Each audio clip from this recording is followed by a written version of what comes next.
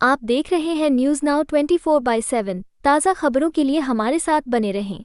अडानी को अमेरिकी कोर्ट से समन आने पर आप नेता सौरभ भारद्वाज ने कहा नवंबर 2024 में अमेरिका की एक अदालत में गौतम अडानी और उनके भतीजे सागर अडानी के खिलाफ भ्रष्टाचार और रिश्वतखोरी के गंभीर आरोपों पर मुकदमा शुरू हुआ। इस मामले में अमेरिकी कोर्ट ने अडानी को समन जारी किया, लेकिन चौंकाने वाली बात यह है कि मोदी सरकार ने ये समन अडानी तक पहुंचने ही नहीं दिया। अगर कोई साधारण नागरिक होता तो क्या सरकार उसके खिलाफ अदालत के आदेश को दबा देती?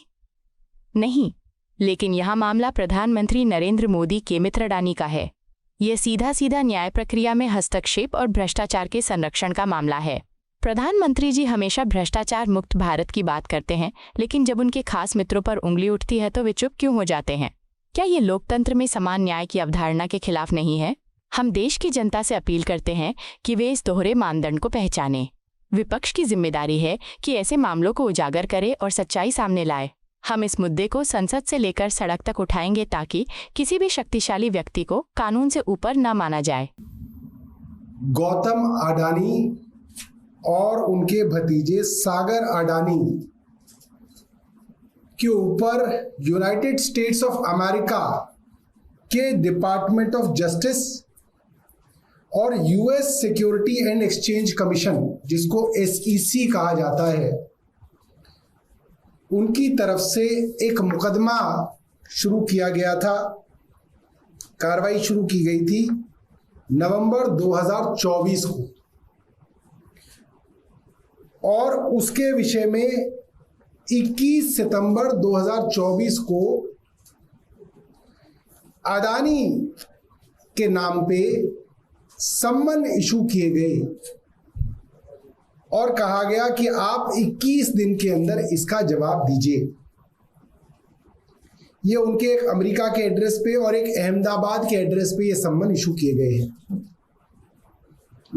मजेदार बात यह है कि अभी तक ये सम्मन अडानी जी तक नहीं पहुंचे। यूएस से चले हैं, 6 महीने हो गए मगर पहुंच नहीं पा रहे हैं।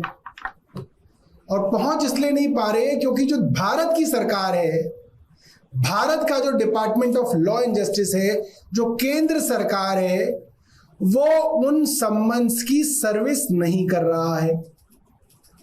यानी कि अगर अमेरिकन गवर्नमेंट को उनके कोर्ट की तरफ से कोई सम्मन भेजने हैं किसी भारतीय नागरिक को, तो जाहिर सी बात है जो भारत के अंदर जो सम्मन सर्विस करने का काम है वो भारत की जो है सरकार का होगा।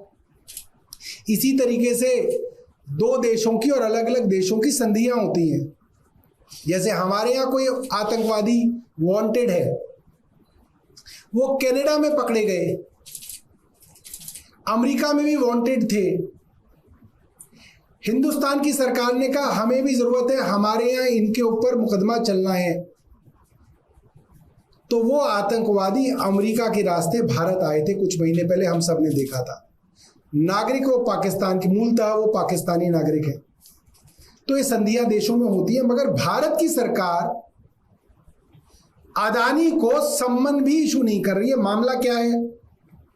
अब देखिए कितनी सुंदर बात है वहां के प्रजातंत्र और वहां के इंस्टीट्यूशंस की, कि वहां पे छोटे छोटे इंस्टीट्यूशंस भी इंडिपेंडेंटली सक्रिय हैं।